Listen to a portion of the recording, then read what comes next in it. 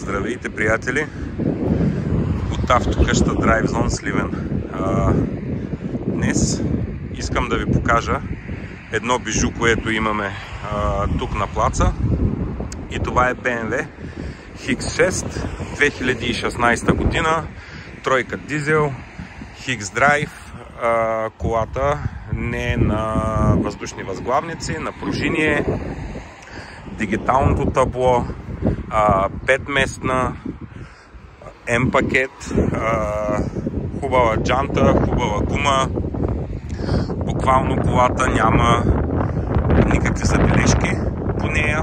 Може би единственото, което е като забележка, е тази дръскотина на заден десен калник. И другото, което е, имаме пукнатинка на стъклото, но явно е оправяно, така че може да се остане така. Колата е в изключително добро състояние на 202-3 хиляди км. Сега ще я видим колко е. Ето тук може да видите и табелата. 258 коня. Има си всички екстри за модела, може би без вакууми на вратите, като колата е намалена в момента. Нека да пристъпим да ви я покажа първо така. Сенници, имаме сенници за всички коли, да не ги пече слънцето, да не нагрява таблата и така нататък. Кожата е в добър запазен вид, както и цялата кола. Ето тук може да видите светлините, както казах, дигитално табло. Нека да видим. 203 132 км. Така. Добре, нека да я запалим.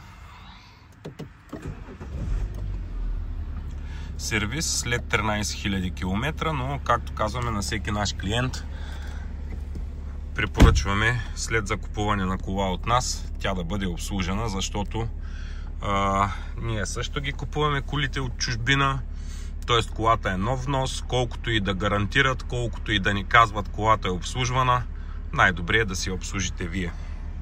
Така, по колата няма никакви забележки, буквално и тук може да се види, седалките са доста запазени, доста приятен интериор. Може би ето тук малка дръскотинка, даже не знам, ще се опитам да я фокусирам, но това са супер дребни детайли. Колата работи изключително добре, с всякакви функции, падове на волана, там който както иска така да се ги нарича. Разход на гориво в момента 12,6, може би това е някъде реалния разход на тая кола, между 10 и 12 литра градско. Разбира се, ето режимите ще ги започна да ги реда от първия, Еко Про. След това имаме комфорт, на който обикновенно колата се кара. След това имаме спорт. И разбира се, Спорт Плюс, където блокажите са изключени.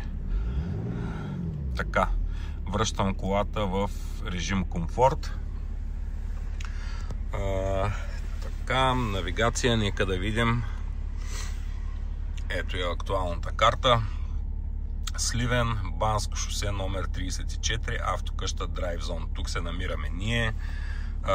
Медиа, всякакви CD, DVD, там каквото са сетите, радио, разбира се, телефон, разбира се, меню.